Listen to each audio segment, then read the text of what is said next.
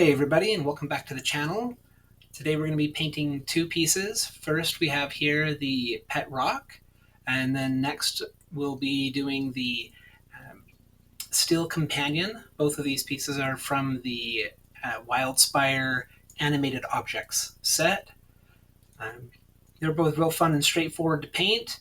Um, so we'll go ahead and jump in there, and then you'll see at the end here I'm going to be doing a little bit of a wash with them, and just let me know what you think about the final product. I believe I did them differently. With the pet rock, I dipped in the wash and then spread it around after, whereas on the steel companion, I painted the wash on just to see kind of the difference of how those would work. Let me know what you think in the comments. But as far as talking role-playing games, as far as that conversation goes, I wanted to talk about the mechanics of animal companions and bounce some ideas off you guys. Let me know what you think about the conversation in the comments, and kind of all work together to see if we can find something that works for our games. There's two different ways that I've seen animal companions, or any sort of companion, whether or not it's an animal companion or a familiar or a hired minion, anything like that. I've seen them handled two different ways, and they both have their strengths and weaknesses. Um, the first one that I think is the more common or default position to do is to have the companion have its own initiative count and its own set of actions. So you would have your main character take their turn, and then at some other point in combat, during play, the minion gets their turn where they have their own set of actions.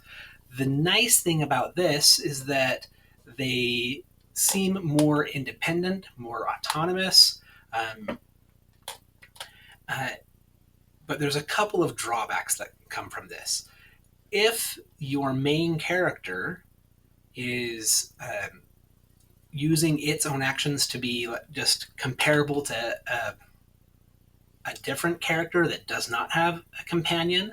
So, for example, if you have a fighter who does not have a companion, and then you have the ranger that does, is the ranger able to do the same sort of things or have the same sort of combat ability, strength as the fighter? If they have similar combat strength and combat ability, then why does the ranger get a companion?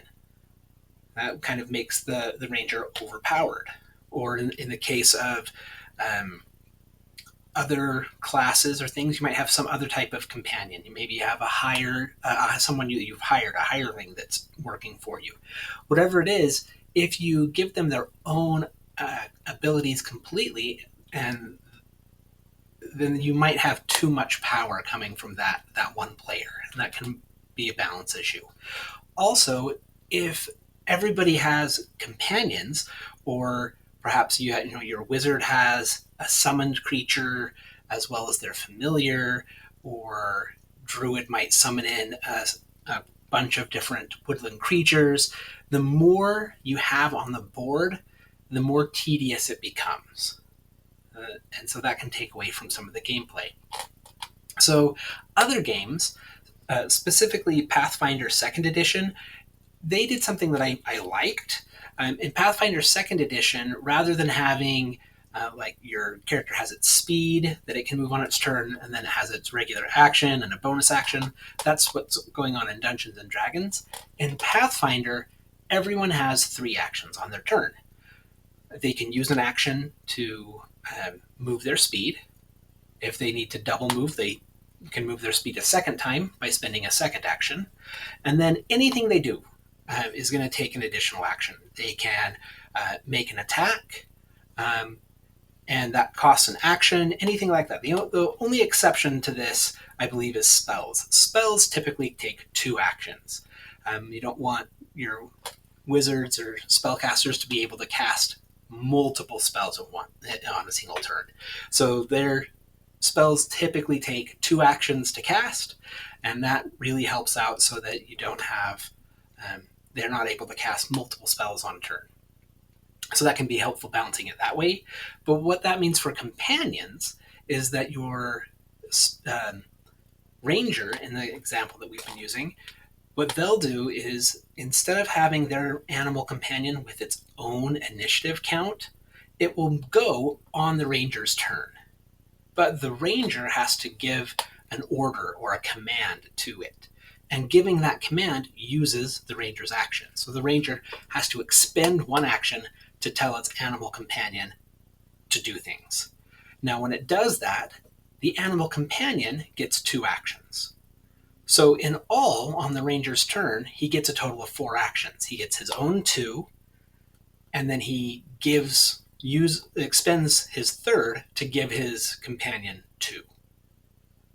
Now, the nice thing about giving your animal companion two actions is that on this set, the two actions, one of those actions is typically going to be used in movement, and the animal companion needs to get into combat. So they'll use one action to get into combat, and then they'll use their second action to actually engage in combat, whatever that looks like. It might be taunting an enemy, attacking. So that can be really helpful.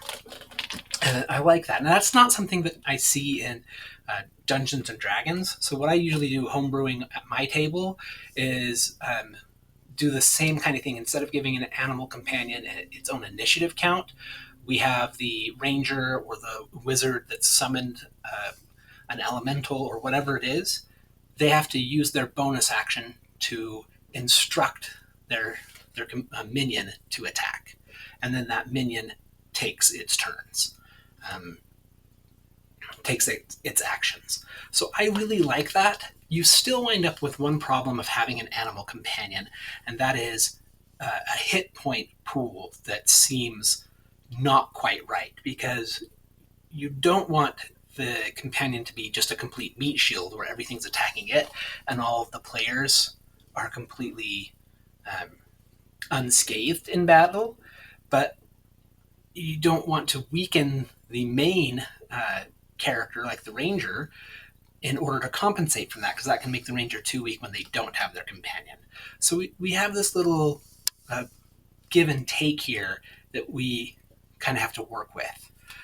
So let me know what you think, which style you like, and if there's a third option that you guys are aware of that I'm not, put it in the comments and we'll take a look at that. Here are the pictures of the pet rock and the steel companion after they've been washed, after the wash has been put on them. I like the depth it gives on some of the floor and things. Let me know what you think, and thanks for listening.